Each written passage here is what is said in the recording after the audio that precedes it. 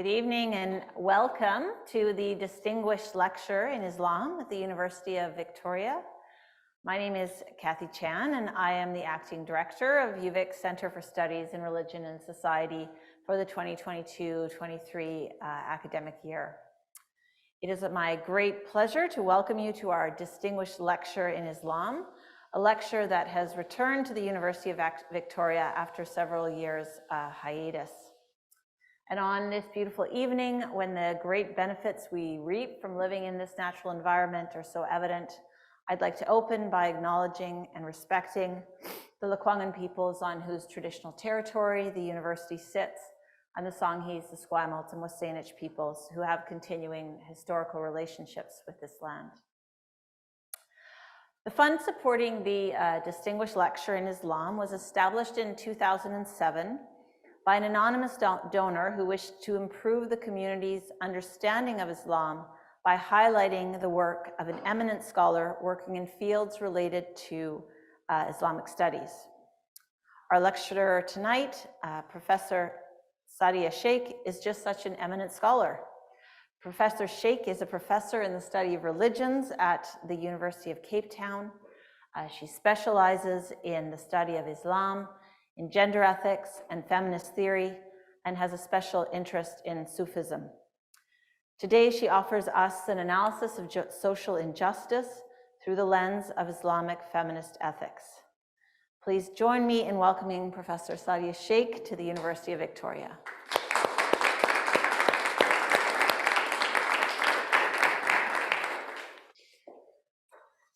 Good evening. I'd like to begin by expressing my gratitude to the wonderful group of scholars at the Center for the Studies in Religion and Society, Kathy and Scott and Rachel and Noriko for hosting me with such warmth and hospitality. It's a deep privilege to be invited to give this distinguished lecture that has been so generously endowed. I'd also like to thank all of you for making time in this crazy world where we have so many multiple demands on us. So to come here at 5 p.m. on an evening when the sun is finally out, thank you for being here and for making time, and thank you for those that are online as well. So my talk is focused on an ethics of love, justice, and friendship, and I provide a kind of overview of some of the theoretical developments that I've been working on in terms of Islamic feminism. So Muslim ways of being and becoming in this world are multiple and cosmopolitan. Islamic feminism represents one such contemporary development emerging from within the Muslim tradition. Amongst other things, Islamic feminist scholarship addresses crucial epistemological questions about how to engage tradition critically and constructively in ways that are responsive to the contemporary ethical challenges of gender equality and social justice. Now, in the last decade, scholarship on Sufism and gender has developed into a fledgling area, making meaningful contributions to these debates. As part of a broader project on contemporary Muslim feminist ethics, this paper will explore theorizations of Islamic feminism as a liberatory project of human and divine friendships. As such, I offer constructive theological ideas inspired by Sufi ideas of walaya, which could be translated as intimate friendship with the divine, and the Quranic descriptions of believers as awliya, protecting friends or allies of one another. I creatively expand on conceptual trajectories of friendship for theorizing Islamic feminism, friendship between human beings, friendship between men and women, and friendships with God, all as means to cultivate religious subjectivities and nourishing forms of relationality. These explorations attempt to critically respond to dominant approaches to religious authority found in many Muslim communities. And so my paper then turns critical attention to issues of power, abuse, and hierarchy, also in student-teacher relationships, and presents a reflection on possibilities for responsible and ethical praxis in these contexts. So let me just situate Islamic feminism for a minute. An older, and I think somewhat outdated debate, hopefully it's outdated here as well, is the position that Islam and feminism are mutually exclusive, and Islamic feminism is a contradiction in terms.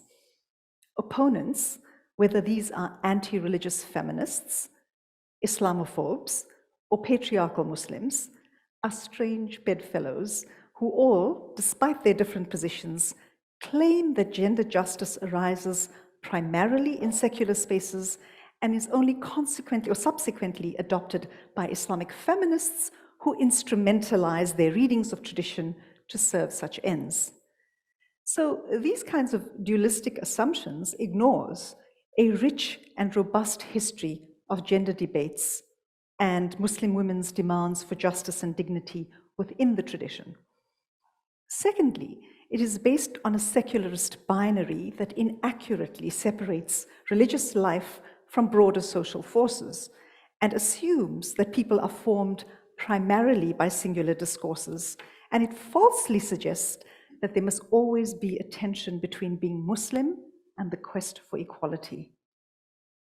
Thus, commitments to gender justice in these kinds of problematic paradigms are always seen to come from somewhere outside of Islam. That is, implicitly it belongs exclusively to the sphere of the secular.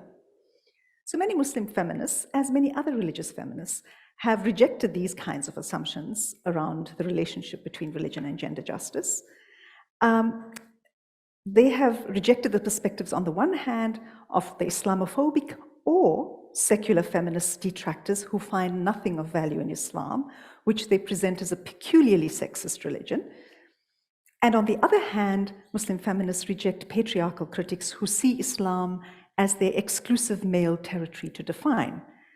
So all of these formulations, I'm simply suggesting, run contrary to the formulations and the self-definitions of Muslim feminists who present their work as a development and a refinement and an application of their faith.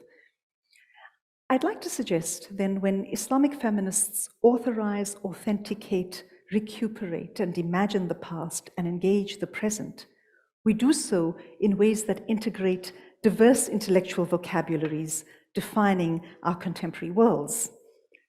Islamic feminists address crucial epistemological questions, including what analytical methods are effective when engaging tradition, what core resources within the tradition need to be critically appraised, what needs to be foregrounded, and how to critically engage contemporary forms of religious authority, and most significantly, how to develop inclusive and emancipatory horizons of imagination for our time.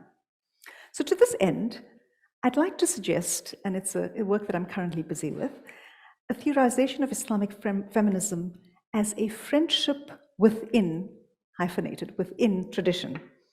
That is, a project of friendship animated with intimate existential and ethical relationships within tradition.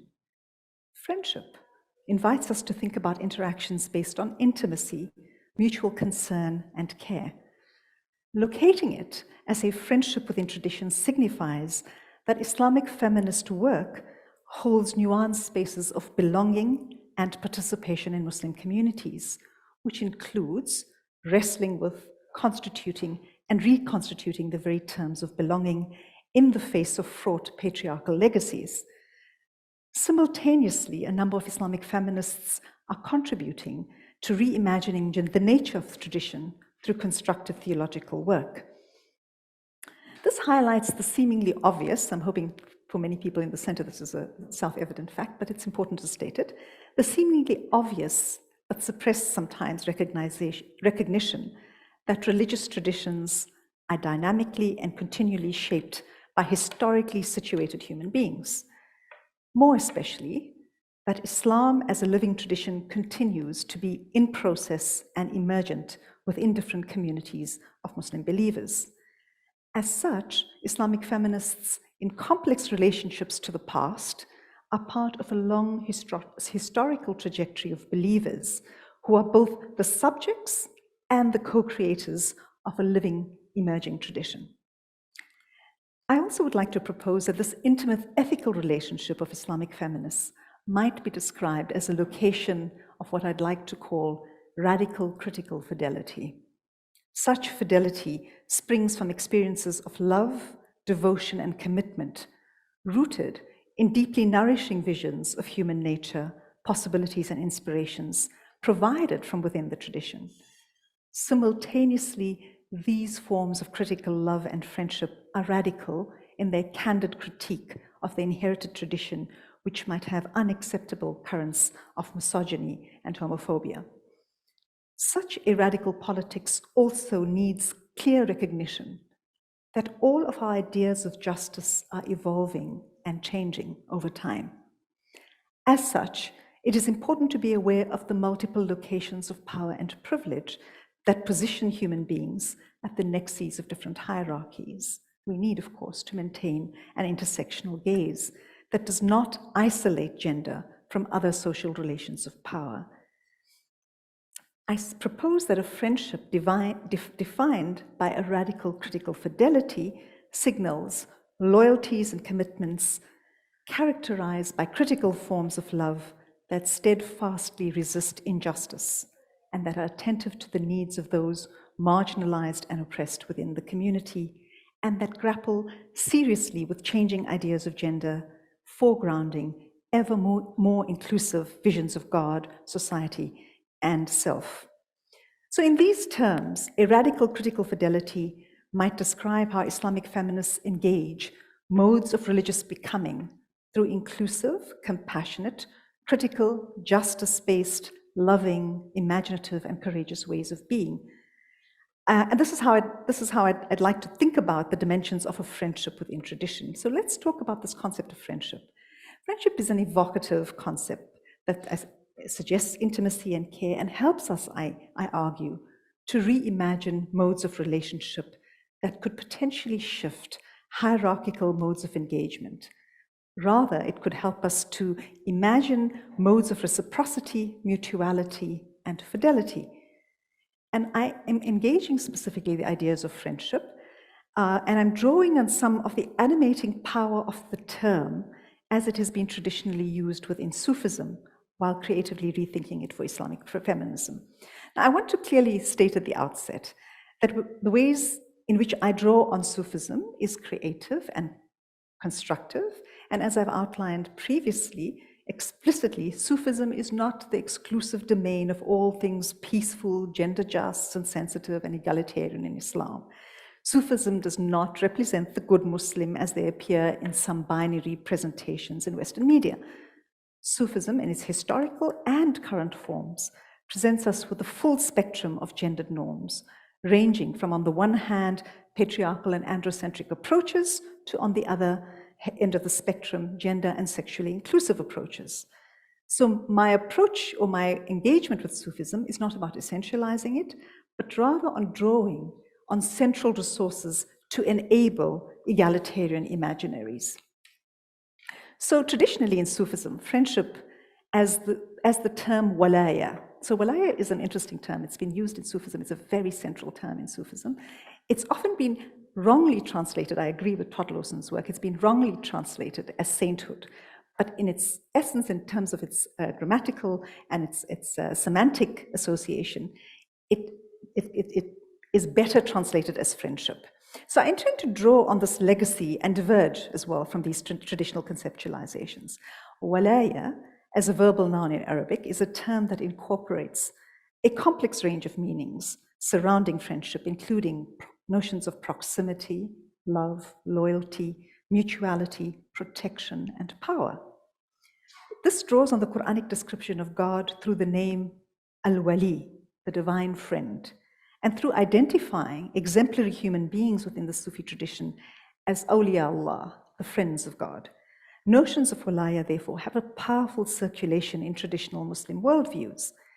Here, I'd like to note, of course, that pre-modern male legal scholars, drawing on the same root of the term, elaborated on dimensions of the protective aspect of that from within patriarchal worldviews to create the juristic concept of male guardianship, wilaya, slightly different word. Muslim feminists have illustrated, in fact, how this juristic concept has enabled inequitable hierarchical forms of male authority and contributed to restricted female capacity in Islamic law. So I'm consciously reclaiming the grounding of this term to draw on Sufi works in a rather different way, recognizing the full possibilities that this kind of semantic field holds. So within Sufism, the term walaya is used to signify forms of friendship embodied by spiritually refined human beings whose inner work of cultivation has resulted in loving proximity to God, in a friendship with God.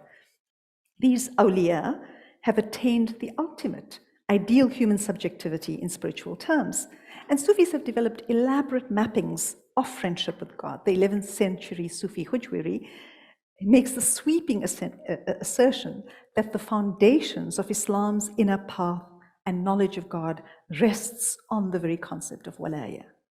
The 13th century Ibn Arabi states that walaya is defined by experiential knowledge for those who have attained deep intimacy with God.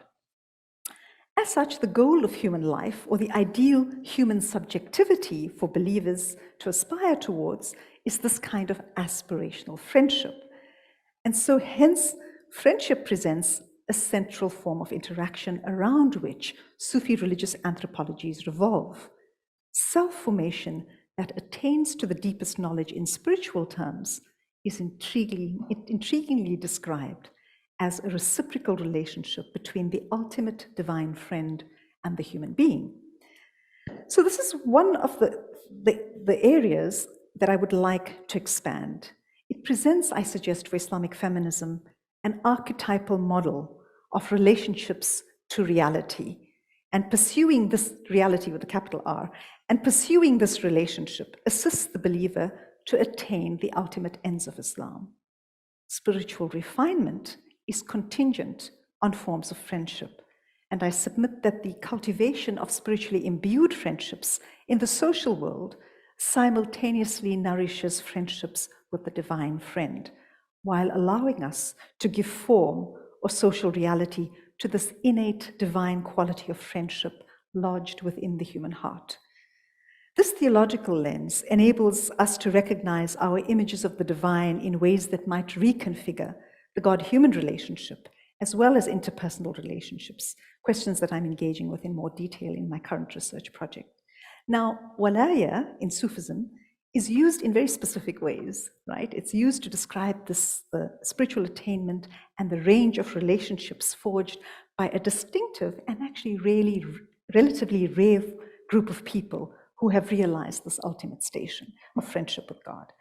And as such, the term awliya in Sufism has been used to describe those who, through such attainment, play a unique cosmological and social role and become the source of blessings, miracles, and various teachings. More especially, within Sufism, the awliya are rare individuals whose modes of being, spiritual discipline, and internal cultivation have enabled them to attain forms of knowledge such that they are best able to serve other human beings in ways that are benevolent and empowering. The internal state of an accomplished friend of God is such that she is able to see with two eyes, the eyes of distinctiveness, recognizing human diversity in all of its complexity and the varying states of consciousness ranging from the lowest to the highest, while simultaneously recognizing and apprehending the unitive, exalted divine spirit within each human life. So, drawing on Sufism, one could state that a wali, a friend of God, is what in Sufism has been called, and I'm going to translate it in more gender-inclusive terms, Ibn al-Waqt, I would rather translate it as child of the moment, is in a state of living presence, apprehending and receptive to the divine, enabling the individual to respond with discernment to the immediate needs of those around him or her. As such, service to God seamlessly translates into service to other human lives. And so in this view, the friend of God is a friend to his or her people and serves the needs of their community at multiple levels, including, as many Sufi orders the world over have demonstrated, through material and social support responsive to the immediate needs of the community. Here, a critical point to note is the ways in which spiritual refinement is fundamentally connected to the collective good, and thus intrinsically has socio-political implications. Now, there's undoubtedly a spiritual hierarchy embedded in notions of walaya in Sufism. The more refined a person becomes, the more intimate their friendship with the divine, and thus more exalted their spiritual state. So the teaching relationship between a spiritual teacher and his or her student is contingent on a hierarchy of power. Let me say, somewhat tentatively, that not all forms of hierarchy need to be intrinsically damaging or detrimental. Some forms of hierarchy might in fact be necessary and beneficial. In much of social life and learning, people occupy varied positions of knowledge, skill, and capacity, serving the diverse needs of society. From a certain perspective, all pedagogical relationships are invariably hierarchical, since the teacher has greater skills or knowledge than her student, and in the process of education and instruction, she enables the growth and empowerment of the student in that particular sphere. This necessary, dynamic form of power, wielded by skilled or learned people in various sectors of a society, has been described in social theory as a form of competent authority. And these forms of hierarchical power are not in themselves intrinsically problematic, insofar as they do not result in abuse, exploitation, or injustice. More especially, hierarchies of learning are not meant to be static nor fixed, even in cases where the teacher is a competent authority. It is necessary to recognize that a pedagogical relationship also results in a teacher's transformation and growth. Learning happens both ways in any teaching relationship, and for example, most university professors here will readily recognize that one learns most when teaching, not only through figuring out meaningful ways to communicate ideas to students, but also from the rich experiential insights, questions, and perspectives of their students. This is especially the case within Sufism, where spiritual teachers and their students are not in stagnant relationships, nor are their internal states unchanging. The Sufi student-teacher relationship is premised on the assumption that power invested in a trustworthy teacher who's achieved some level of success in scouring the dross of the lower self or the ego can serve as an enlightened mirror of virtue, that she may guide her students to their own inner development. And this is a constructive, generative use of power. The hierarchical teaching relationship is thus meant to enable the optimal learning of the student from a teacher who embodies these higher forms of knowledge, but who also continues to be in a state of internal growth and transformation for as long as this is a human being who is alive. Invariably, there are ebbs and flows in power contingent on changing positions and relationships that people inhabit, as when the student becomes a teacher, or the ways that a teacher, through the teaching relationship, also changes and deepens his or her insight. Nonetheless, these power differentials and hierarchies can be mismanaged and even abused. In this regard, Sufis have certainly not been immune. In more benign cases, teachers, to the best of their understanding, with sincerity, provide guidance that is sometimes not appropriate to a given context. Even the most exalted of spiritual teachers are fallible, socially conditioned people with individual temperaments. Dimensions of individuality and selfhood do not simply disappear in light of spiritual refinement. While luminous teachers, receptive to divine inspiration, might often overcome certain limitations, there are invariably instances and times that they will be unable to do so. This is simply the nature of the human condition, and indeed is, in my view, a mysterious blessing, which paradoxically demands the cultivation of an internal discernment in all people, even as one is learning forms of discernment from a teacher. More problematic are the case of fraudulent spiritual teachers, manipulating their followers and abusing their positions of trust. And we had this interesting meeting yesterday where we were speaking about one of these communities well, not a Sufi community, a Christian community, I think, in Canada as well. Now, given the prioritization of the inner state and the often kind of opaque nature of the dimensions of power, Sufism, like other forms of mysticism, are perhaps more vulnerable to unethical manipulation. A reprobate charismatic teacher can justify his or her misconduct, claiming that there's some kind of inner wisdom at work that's not discernible on the outer level. In this regard, it's necessary to also fully recognize the potential for malevolent abuse that can be part of all pedagogical hierarchies that don't have the necessary checks and balances to ensure accountability. Now, the challenge in the context of Sufism is that it's not uncommon that a teacher diagnosing an inner imbalance might ask the student to do something that's uncomfortable for the latter. Here, a student's compliance with such an instruction might in fact be spiritually necessary. So experiencing discomfort or frustration at a teacher's advice or directive is not in itself a reason within this paradigm to reject a teacher's instruction. And this is, of course, where it gets tricky. It's challenging to navigate the ethical terrain since a student, in the process of self-formation, needs to make a call with, on one hand, a specific teaching or instruction by her teacher that makes her uncomfortable is, in truth, based on some inner wisdom, and that the agitation or the discomfort that she's experiencing is due to her own limited internal state. And in this case, it's important that she overcomes this discomfort and complies in order to enable her growth. On the other hand, there might well be substantial spiritual and ethical reasons that she's experiencing discomfort. And in that case, it's necessary for her to be attentive to that inner discomfort.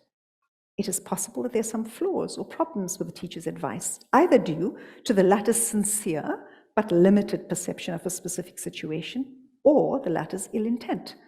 Thus, there's a very delicate balance between deferring to the wisdom of a teacher who can be trusted to safely enable one's growth as a student, and being attentive to one's own spiritual, ethical, and moral compass when a teacher's instruction brings discomfort.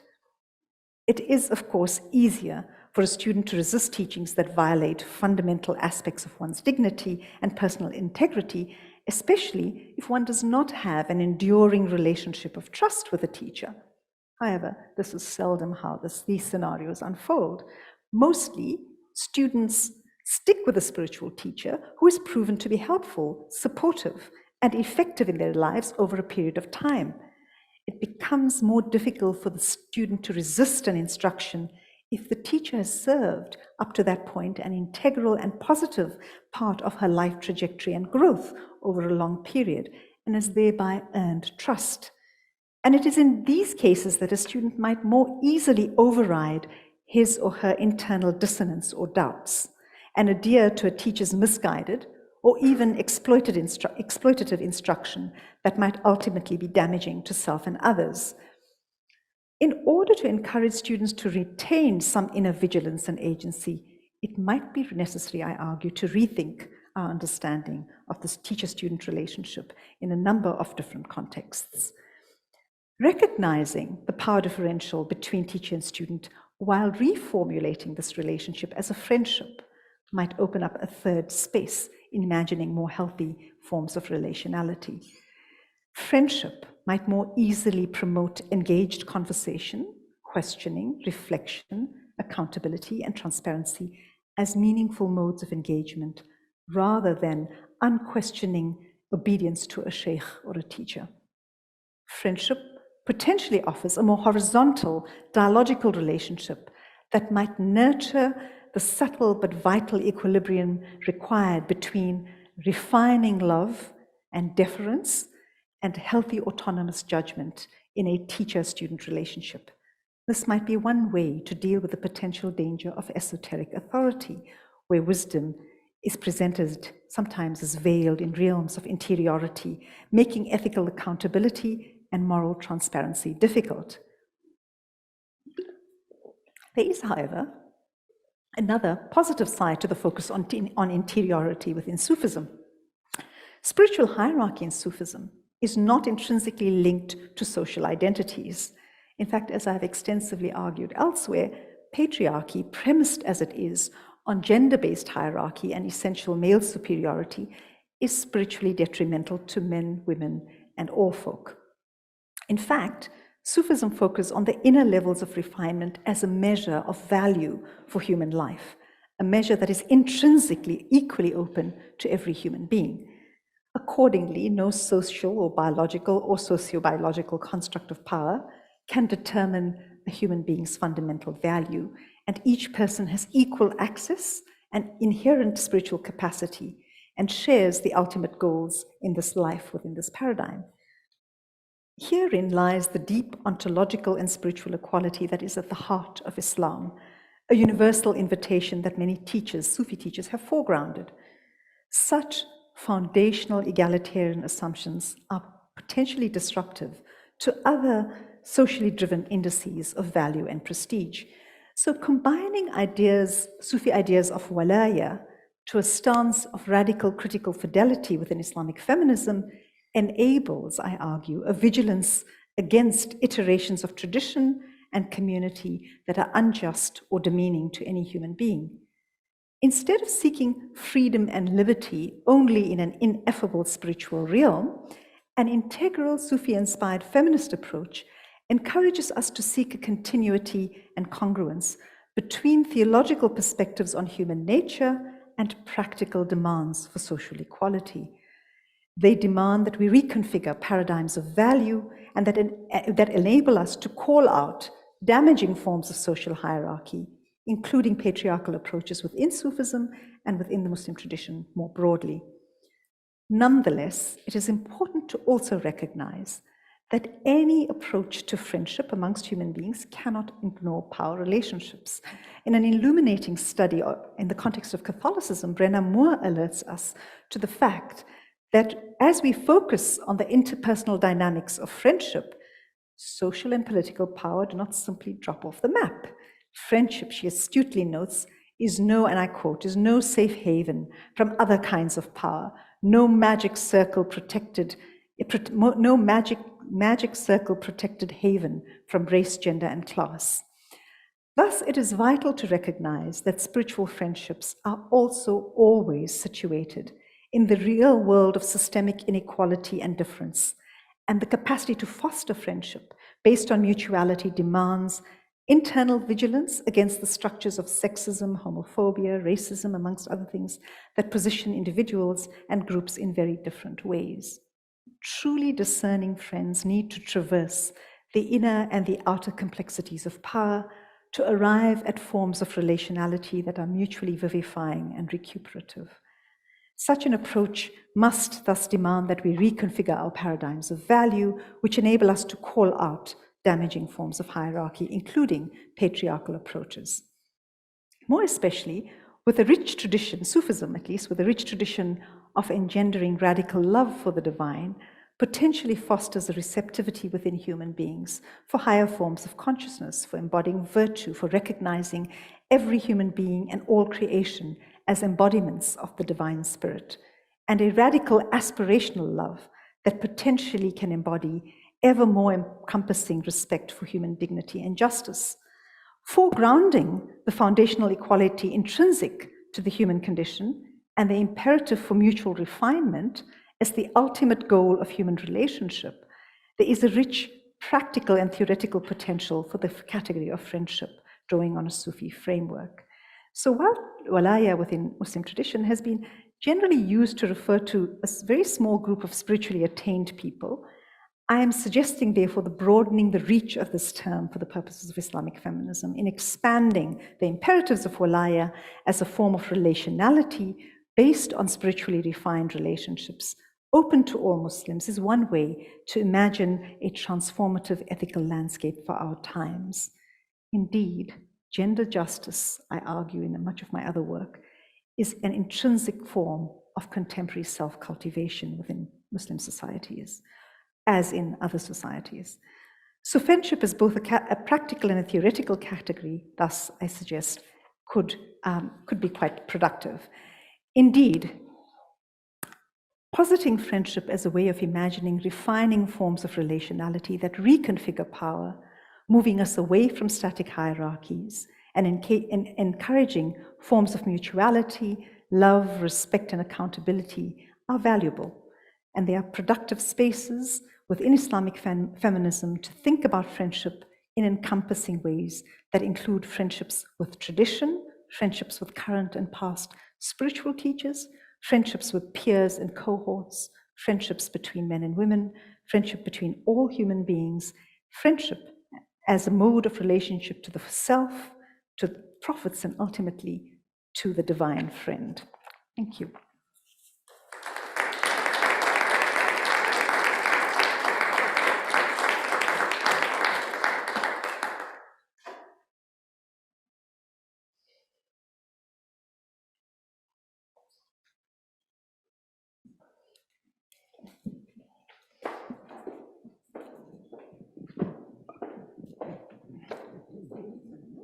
Thank you. Oh, let's see if this is working. Thank you, Professor Shaikh, for those, for your words and thoughts. We have a bit of a period now when we can have some discussion and time for some questions. I suppose I'd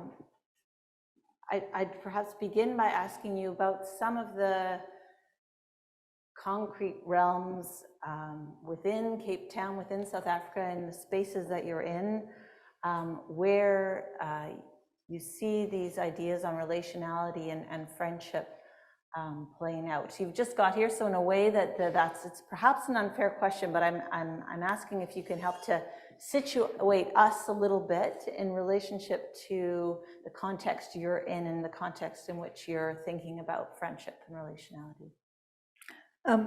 So much of the work that I'm doing, in fact, a lot of my thinking in Sufism has actually emerged in relationship both to community, but also through a relationship to reading Sufi texts.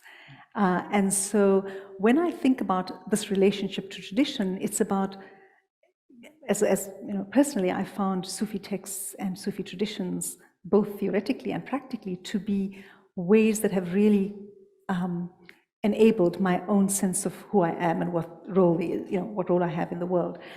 Within communities, there's a whole range of perspectives, and I've seen both in South Africa and elsewhere, and there's been a number of Sufi communities in the US media as well, where one of the reasons to be thinking about friendship, something that impels me to be thinking about this in this kind of mode of criticality, is the potential for abuse.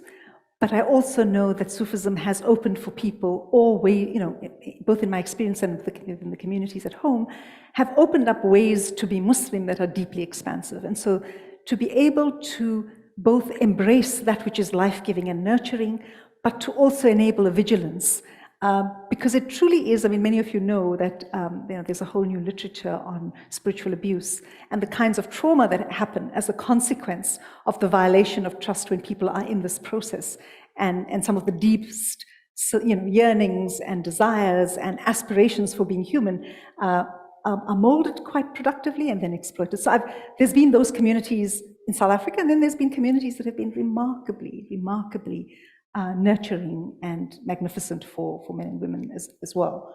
And of course, there's a history in which, I have multiple relationships, both in terms of reading. I have a great relationship of love and friendship with 13th century Sufi, who I spend a lot of time reading, Ibn Arabi.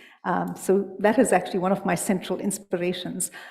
Also because much of his work speaks to the contemporary context in ways that people might never imagine. The Muslim tradition holds these kinds of very emancipatory understandings of being gendered.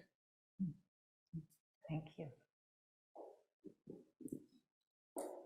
The questions. Thanks. I mean, I'm a little worried this might be just another articulation of Kathy's very good question, but thank you very much for your remarks. And I wonder, one of the ways when I'm trying to make sense of or engage with a scholar who's thinking in normative and theological terms as well as philosophical terms, is to ask in some ways what Kathy asked, which is, what are you trying to fix something? In other words, what approach to thinking about relationality or ethics in the Islamic tradition that you're speaking out of and into are you trying to mend or broaden? That is to say, what is the dominant what is the rock you're chipping against here? So I think it's both. I think it's, in response to both of these questions, it's both. It's on the one hand, like most feminist theological work, the one dimension of that is critique of sexism. It's a critique of abuse, it's a critique of power when it goes bad, right? So that is an intrinsic dimension of thinking around friendship as a different modality. So on the one hand, it's critical, and it's critical also by appraising communities where this kind of abuse happens, and that's not particularly specific to Islam. As we know, there are a number of communities where these kinds of abuses happen. So yes, on the one hand, that's where the stake is put in. But the other work, and a lot of the work that I'm doing, on Sufism specifically, is about drawing on the Sufi tradition and drawing on very deep wells of thinking around human nature that enable us to be responsive in the contemporary period to ways that enable a refining, a development, a joyful embrace of the human condition that allows for all of the spiritual possibilities that I believe are available in the tradition. So it's both of those things. It's both critical and constructive, as is a lot of feminist work. Some of my earlier work was working a lot on a kind of a hermeneutic of suspicion, and did a lot of kind of work in terms of the problematics. And this is doing a little bit of both, really. Thank you. Yes, Andrew. Thank you so much. That was a wonderful, wonderful talk, and there are a number of things I would wish to ask. And just one that really struck me is how fascinating was the connection you drew between the etymology of friendship and then the concept of guardian, which, then one thinks of modern Islamic political contexts where it becomes the basis for political or juridical power, from the Ottoman Empire to contemporary Iran. And so I wanted to ask, in that vein, about the ways in which the basis of your discussion, the phenomena that you're examining, are prone to being politicized and to becoming, implements of power in political settings, whether at the state level, again, thinking of the way in which guardianship is mobilized in that way in a place like Iran, or otherwise. I was just thinking about that shared etymology and wondering if there are implications to that from the political side of things. Thank you so much. Thank you, Andrew. I mean, I specifically am working against that imaginary. So in some sense, I have in the broader work, I have this, and even the idea of friendship itself. So, it's walaya, the root that it shares is the same as wilaya, which actually, if you're looking at that also within patriarchal Islamic law, there's a really problematic idea of what guardianship means for Muslim women. So part of the work that I'm doing is to be reclaiming terms in creative and constructive ways to recognize, and so you don't do that without this recognition, of course, because it's part of the lay of the land, so to say. And everything can be can be assumed or redefined, by a community of thinkers in a variety of ways. I think this is just the nature of how these religious phenomena work. Part of the work that Islamic feminists are doing is to because it's such a relationship of engagement with tradition, but also with the idea that these terms are open to creative construction, as they always have been, as it happens. Often when people have this idea of tradition as being something that's, scholars of religion know better, but often within lay communities, it's often the idea that, well, whatever comes from tradition is this kind of static, fixed thing, and you're inheriting a set of knowledge, and you just need to embody it in a certain way. And any kind of, basic appraisal of religious history will show us how all of these terms are constantly in construction. And so part of this is to speak back to those kinds of abusive ways, and which is why I'm very carefully thinking about friendship as something that is both drawing on the kind of nurturing that truly spiritual mentorship, and I've been recipient of that by teachers, by myself, who are profoundly wise and extraordinary. And the capacity for transformation through that relationship is unparalleled in my experience by anything else. So it's not something that I'm, it's something that that is part of reclaiming this idea of walaya. But simultaneously, the idea is, well, what has currency for Muslims? What has currency for people in the Sufi tradition or more broadly? And how can we work with that? And so, yes, it is open. It's open to all kinds of appropriations. And that's just the nature of the terrain, I think, always, and always has been.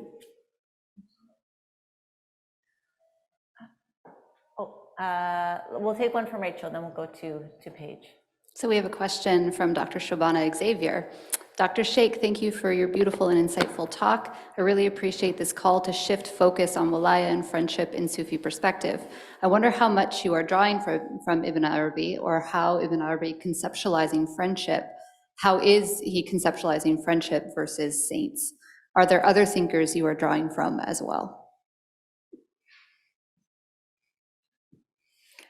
So yes, I draw extensively on Ibn Arabi, but to be fair, a lot of the ways in which I'm currently thinking around questions of friendship is not necessarily in ways that walaya has been constructed, right? So there are other parts of Ibn Arabi's thinking and notions of fluidity and notions of how power shifts, and those things that I am drawing quite creatively and intervening in these ideas, with Sufi teachers. So I certainly am drawing on him, but in some sense reconstituting this concept of walaya, which is, quite, in most of the texts are seen as this kind of this way of thinking about relationships that the walaya are quite a special group of people, right? They're quite unique and they're quite privileged, and there's a way in which they can access some parts of being human, or not access, that they have attained certain stations and certain states. And so, yeah, I think I'm doing quite a bit of working Ibn Arabi's other parts of his canon to rethink this. Thank you. Paige. Hi, thank you for this. I'm curious how people have responded to your work so far, either being inspired by it, or perhaps more importantly, people that have pushed back, people that are invested in sort of hanging on to a traditional kind of status quo.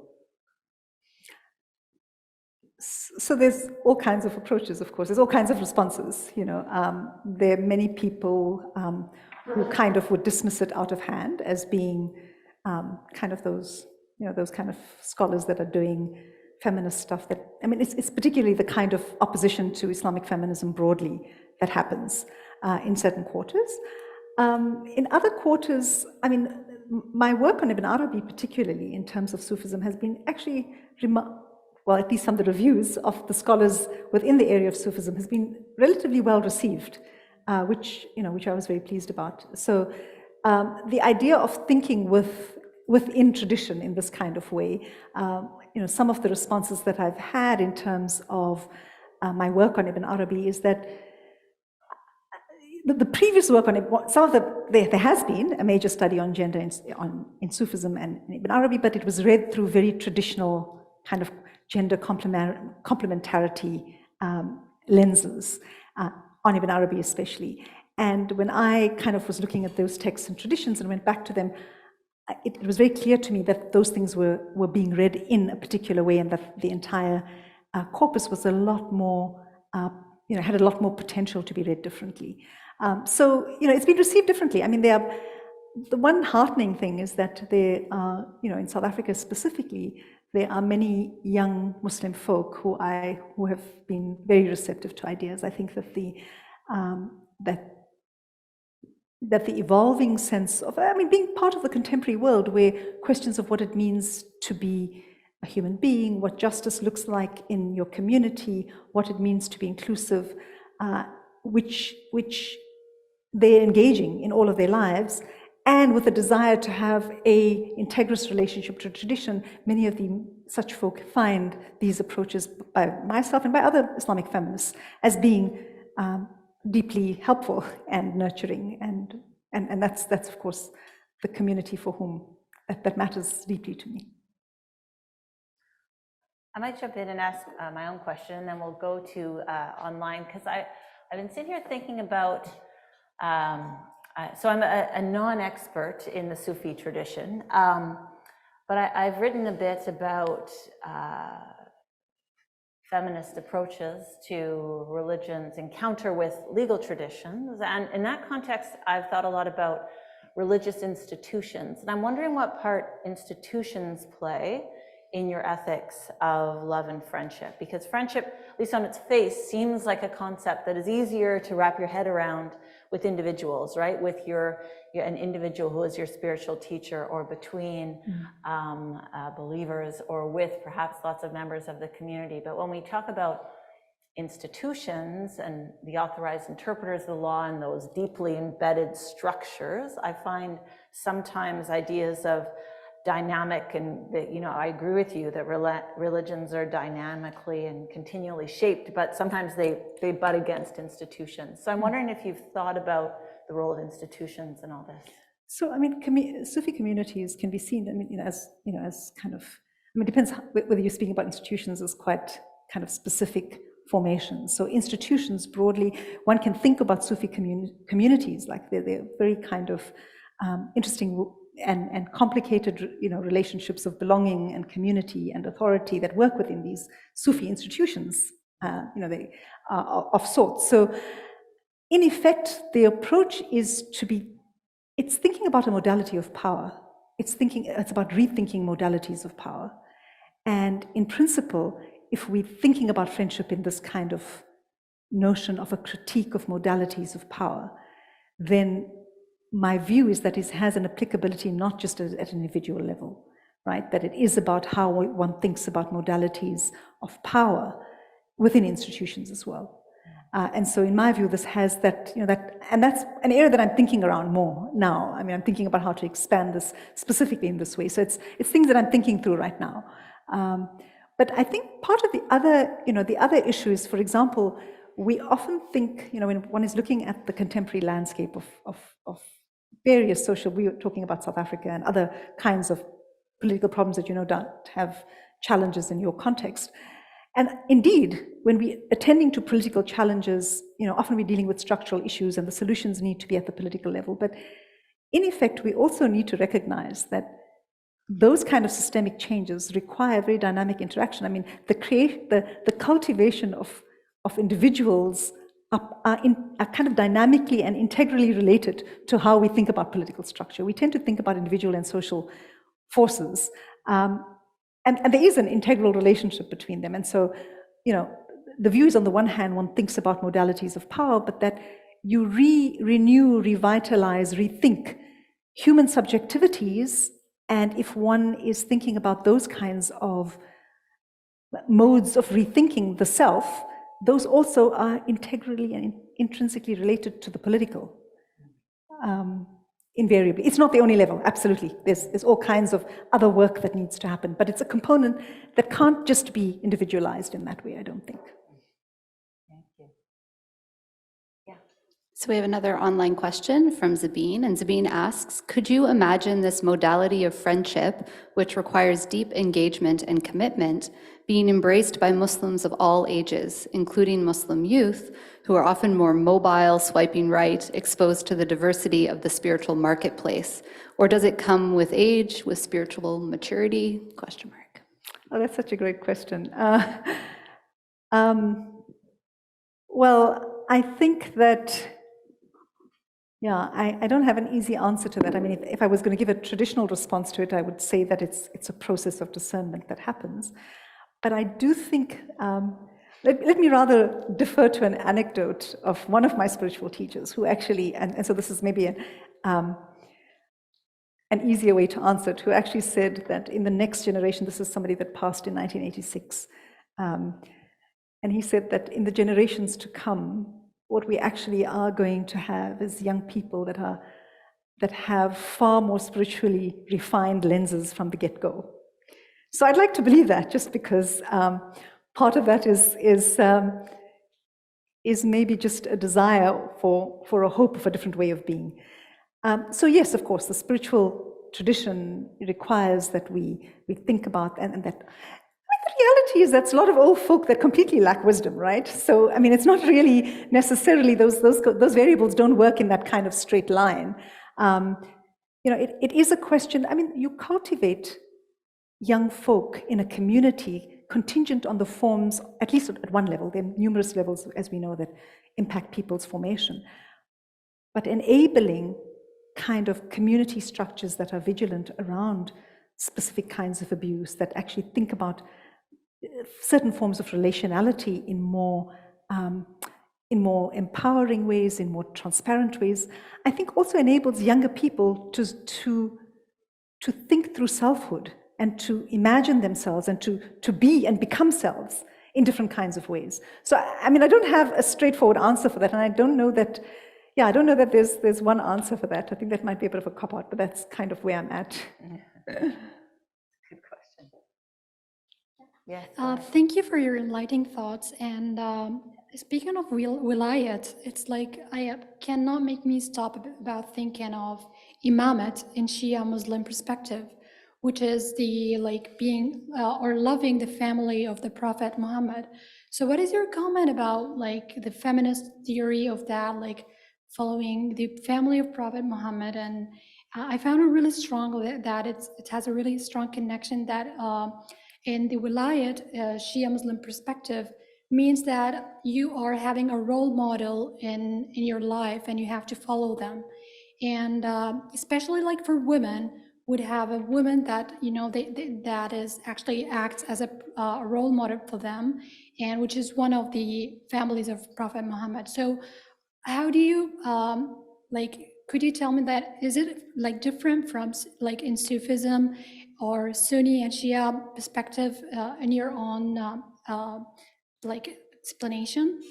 So there is a differentiation between wilaya and walaya, right? So these terms are used differently. And so, of course, in the ways that you're speaking about, wilaya has this certain kind of resonance within Shia communities and within Sunni communities in different ways.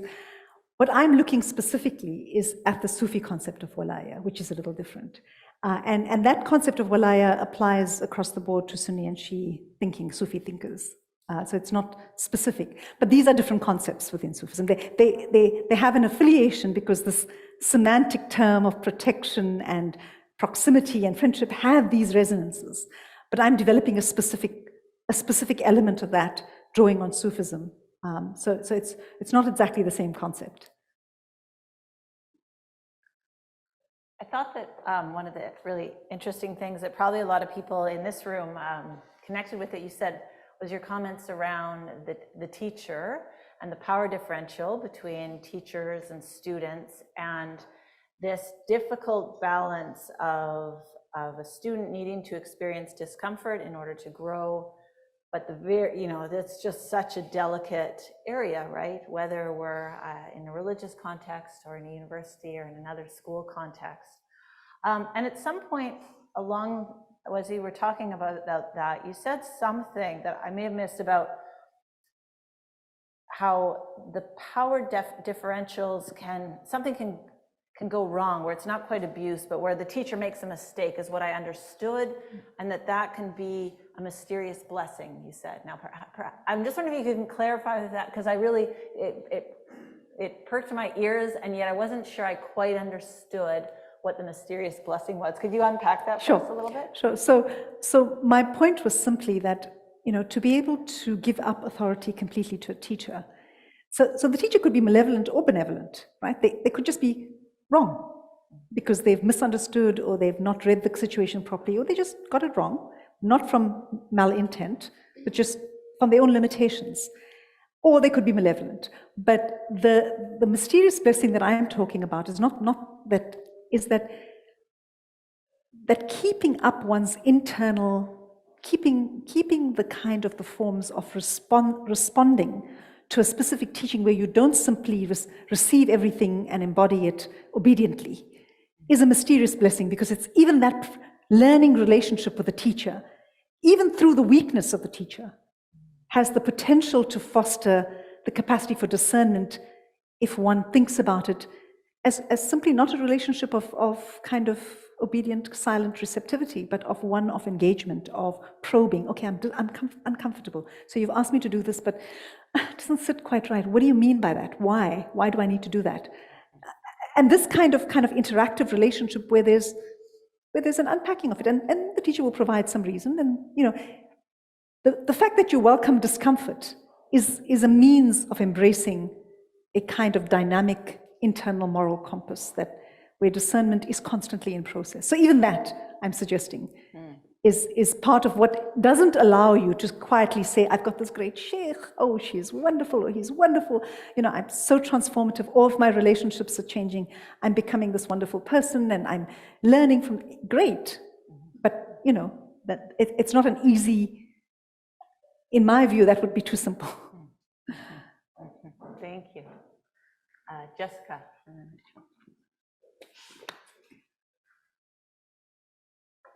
Thank you, Dr. Shaikh, for coming so far to share this with us. I found it deeply edifying and encouraging. And I wondered if you could speak more to the practice of discernment and what forms it might take in Sufism or in the communities of faith in which you practice. So, it's, the ways in which spiritual practice works in Sufism and process of discernment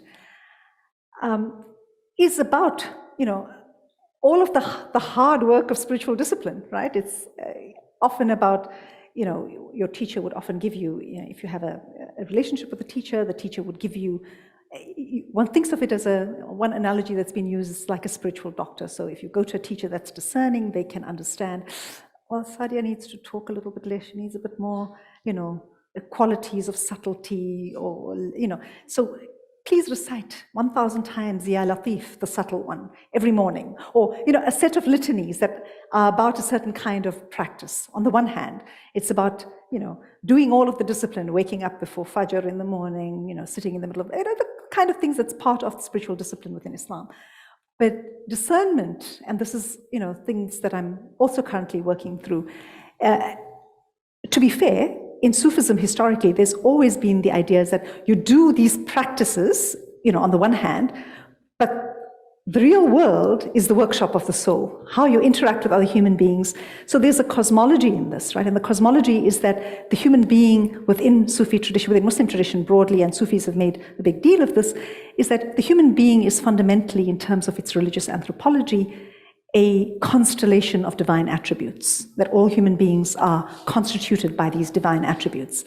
And the work of life is to calibrate those attributes in the right balance, right? And so you do that through a set of practices, but you do that through your being in the world, right? And so much of Sufi practice and religious practice across the board, in all religious traditions, this is quite a broad kind of ways in which discernment happens, is that one is attentive to how it is that you relate to other human beings, and all of the ways in which generosity and care and fairness and equity and all of those virtues that are embraced are part of what discernment requires you to be attentive to your own practice of this consistently in interpersonal spheres, in the political sphere, at every level. And so, it's those kinds of things. One of the things that I've been working on, and that kind of emerges from my book on Ibn Arabi, but also work that has come subsequently, is that, I also make the case that patriarchy is, if you're looking at certain fundamental aspects of Sufism, patriarchy is, in fact, quite a spiritually detrimental and something that actually is the elevation of what in Sufi, in Sufi language, you think about the self in multiple ways. There's numerous maps, but one of the basic maps is there's the nafs al-ammara, the self that commands to the desiring self, or the one that commands, the commanding self. And I've made the argument very much that this idea of, selfhood, where there's a kind of notions of superiority, etc., are actually the callings of the nafs al-ammara. And people that haven't done that refinement, it's a lack of discernment, it's a lack of the capacity to cultivate discernment. And so, there's ways in which to think about this. And it's not just the case for sexism and patriarchy, it's the case for classism, it's the case for all kinds of social hierarchies where one posits a notion of superiority, on some other on some social or biological differential or axis of power. So I think there's numerous ways to be thinking about discernment, but part of the work of Islamic feminism is to bring into alignment the individual with the social and the political. I've been told by, more than one or two Sufi teachers of mine, I was not kind of, really, that's, a lot of the stuff in the world is quite illusionary as well. I'm a little reluctant to, so that's when my inner vigilance comes out. I'm like, nah, yes, it might be illusionary, but this is the space I'm in. Got to do some work. Thank you. Rachel? We have another online question from Teresa Dawson, kind of going back to Kathy's question around pedagogy, kind of a concrete pedagogical question. Wow. Thank you so much for your beautiful words. I love your ideas about friendship as applied to pedagogy in our feminist classrooms. Whenever I try something similar, I may even come close to achieving what you describe sometimes, but then we are constrained by the rules and regulations of the university around assessment. We get memos about grade inflation and so on. So how do we design assessment that aligns with this beautiful philosophy you describe? Oh, that's a question that I would love an answer to.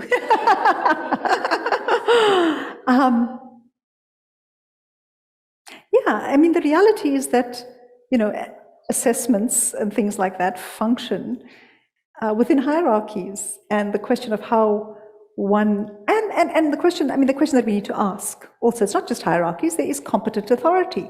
And is there a need, I don't know, it's an open question. I don't have an answer to this. But do we in fact, need to have assessments that, is friendship also not requiring rigor? It does require rigor, doesn't it? And the question is, what constitutes rigor is the question that becomes then open, right? And can we think about this in different ways? And so, no, unfortunately, I would need to give that a lot more thought, but would love to hear what other people have to think about that. If you try something out, you'll have to let us know. We have got time for a couple more questions, and we've got one at the back. Hi, thank you. This is as a clarification to your answer to Jessica's question. You said that for patriarchy and classism, what's going on there is an idea of supremacy, so one person exerting themselves as supreme over another. But you said that hierarchical relationships don't necessarily have to be harmful. And I wonder if that means that supremacy is what makes the hierarchical relationships not working, but also then, does that mean that the spiritual pedagogical relationships don't have spiritual supremacy? So is the teacher spiritually equal with the student? Yeah, how does supremacy work in That's a great question, thank you. So I think the question of hierarchies not needing to be exploitative or abusive stand. I think that all relationships of teaching and learning, I think the problem happens when we reify them, right? When we make them static.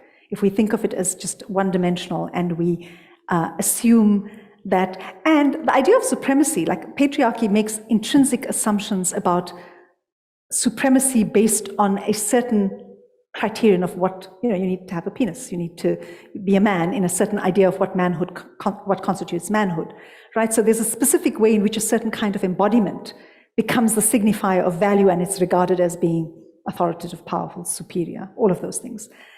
That's not necessarily, and that hierarchy is deeply problematic. That's not what I would consider competent authority. It wouldn't be that form of hierarchy. Competent authority is a very different thing. I think it's a question of when people are in positions, and clearly spiritual teachers that have reached some level of attainment that can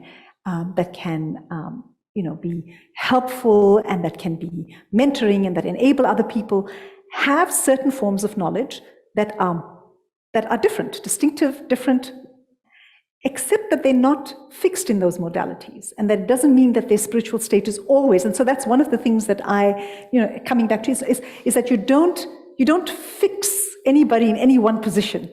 That one thinks of these hierarchies as dynamic, unfolding, there's movement, there's the capacity. When the student becomes a teacher, there's a very different relationship. When the teacher themselves are going through some kinds of issues, they might actually, be struggling themselves.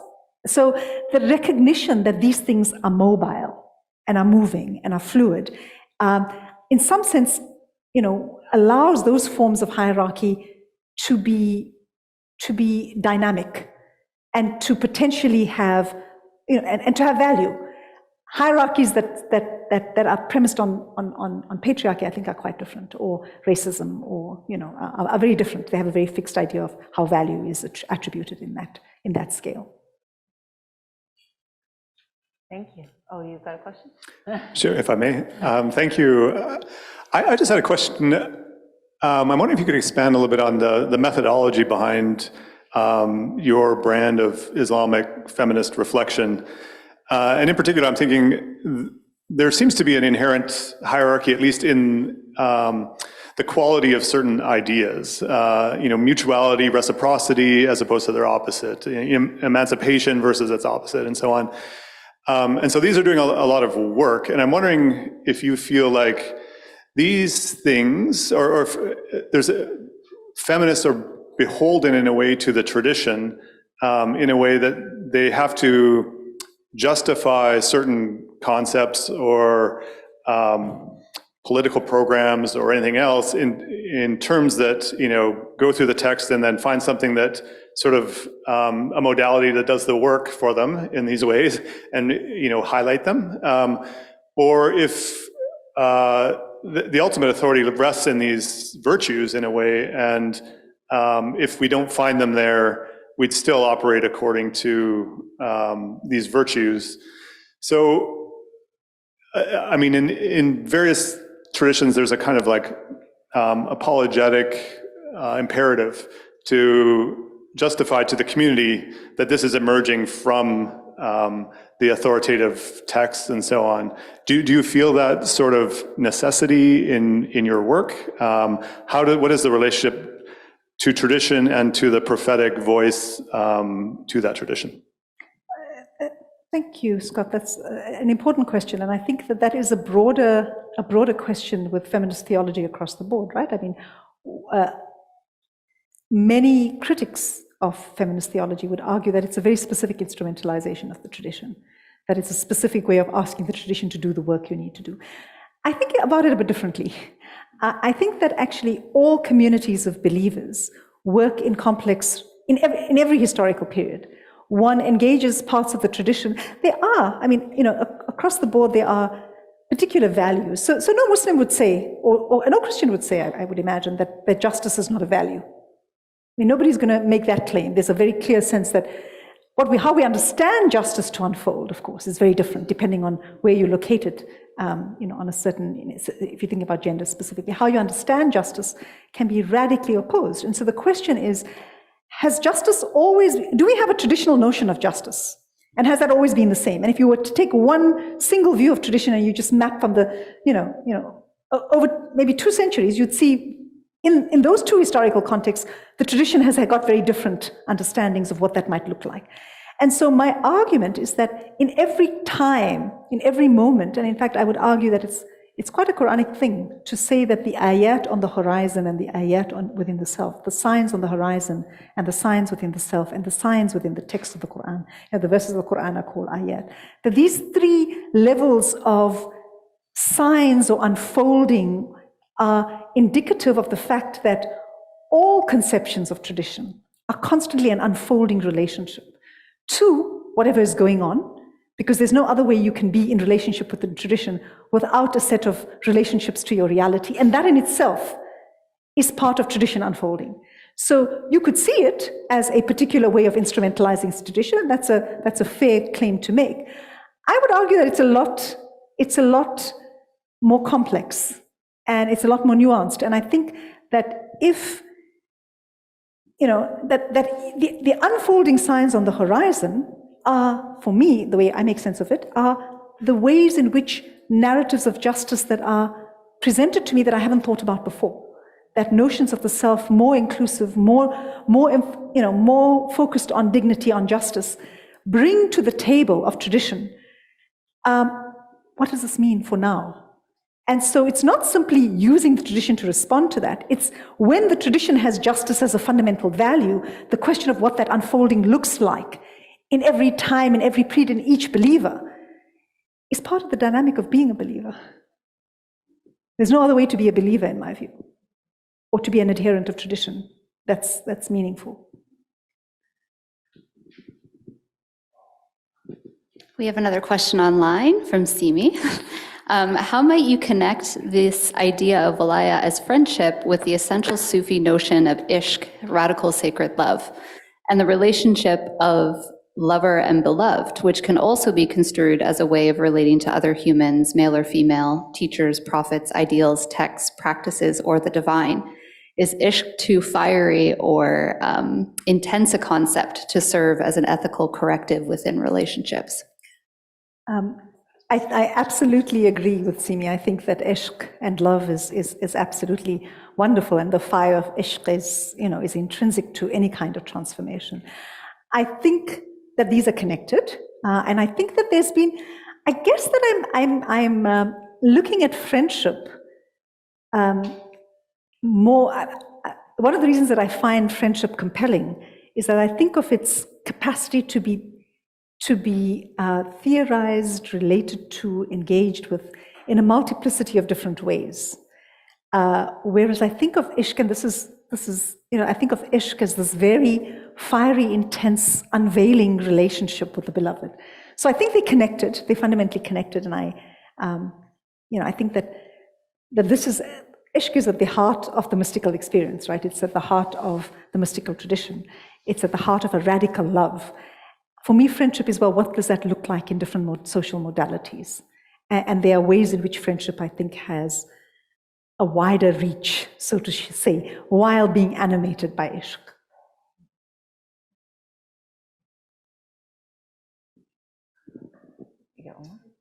Go back to online. Carol has a question. Thank you for this discussion. I wonder if you might comment on the degree to which women are now taking leadership and teaching roles in ancestral Sufi orders. So it's actually a wonderful, it's a wonderful time and space, I think, if we're looking around various parts of the Muslim world. One of the books that have just been published that I've been a co-editor and a co-author on is a book called The Woman's Khutbah book, where we had actually, there's 3 Sufi teachers that are actually giving, so khutbah, for those of you that don't know, is the word for sermon.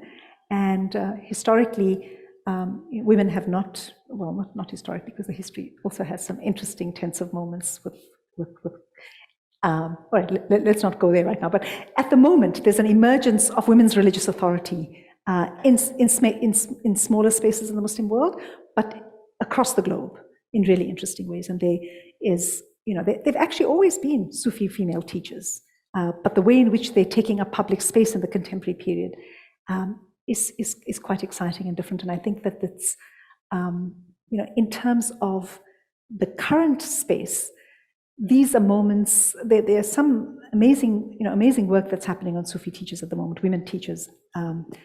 And it is in fulfillment, in my view, of these kinds of ideals, of the full capacity of Sufi understandings of the full capacity for human spiritual possibilities. It's a kind of manifestation of that. To be fair, as if you study the Sufi tradition, as I noted, many Sufi women teachers have had male disciples historically in all kinds of times and spaces. But to come back to the khutbah book, one of the reasons that I'm really excited about this book is it's not just around Sufi women teachers. It's about the capacity and the ways in which, in various different Muslim communities the world over, there are women that are teachers and that are presenting in communities. There's smaller communities where there's women-only communities that are led by women and that are, that have women religious leaders. And then there are communities that have mixed communities, mixed congregations of folk that have women as leaders. And they're small and they're emerging in different spaces, but there's a way in which they're emerging globally in all kinds of spaces. And I think that I think it's a really interesting time. And I think it's, in some sense, a trajectory that is appropriate to our time and space, and hopefully will develop further.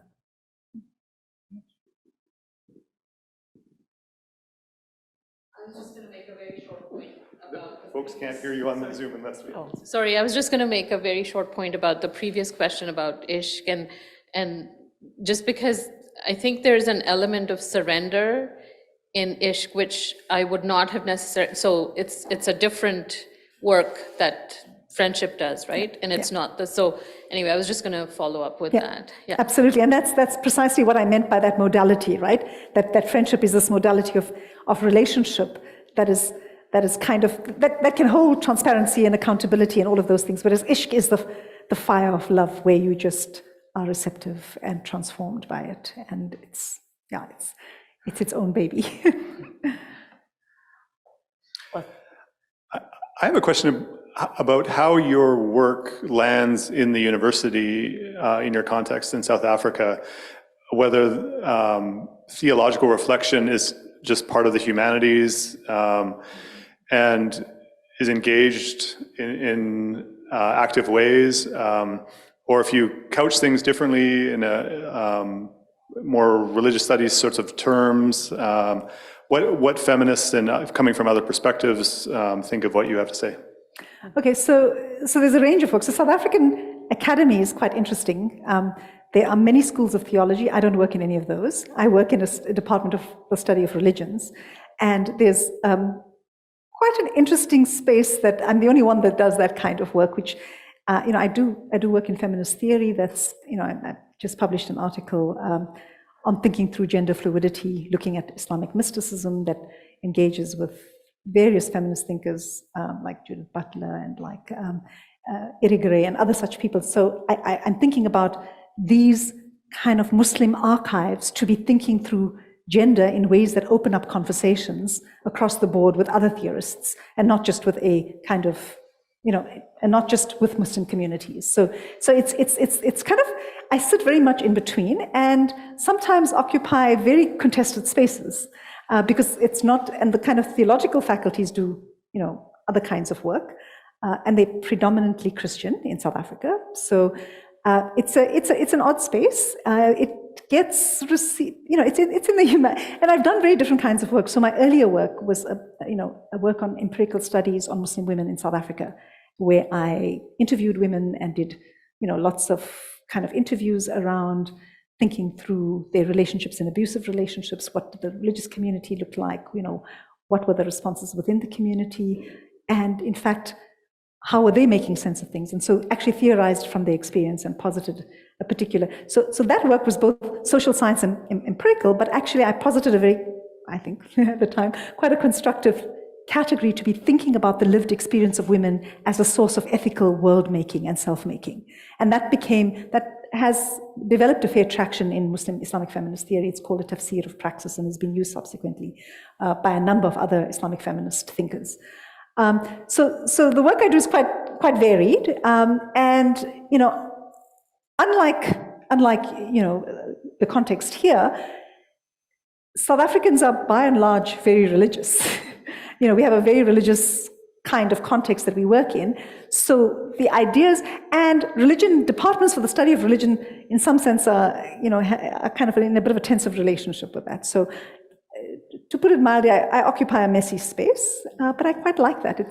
It's part of being a human being and allows one to do work that's can embrace that messiness, I think. Well, thank you. I'd like to thank Professor Shaikh for sharing that messy space with us, for your lecture and your words, and for the wide-ranging follow-up conversation. Among the other gifts you've given us a reframing of our bad teaching days as a mysterious blessing. So thank you for traveling to be with us, and thanks for being here today. Thank you very much.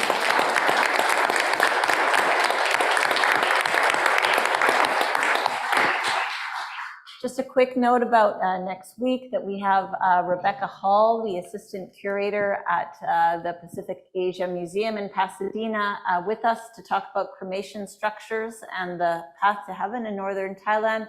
Note that that talk is not at 5 o'clock as usual, but at 11 o'clock and is online only. So if you want to tune into that, you're welcome. Thanks very much. Have a good evening.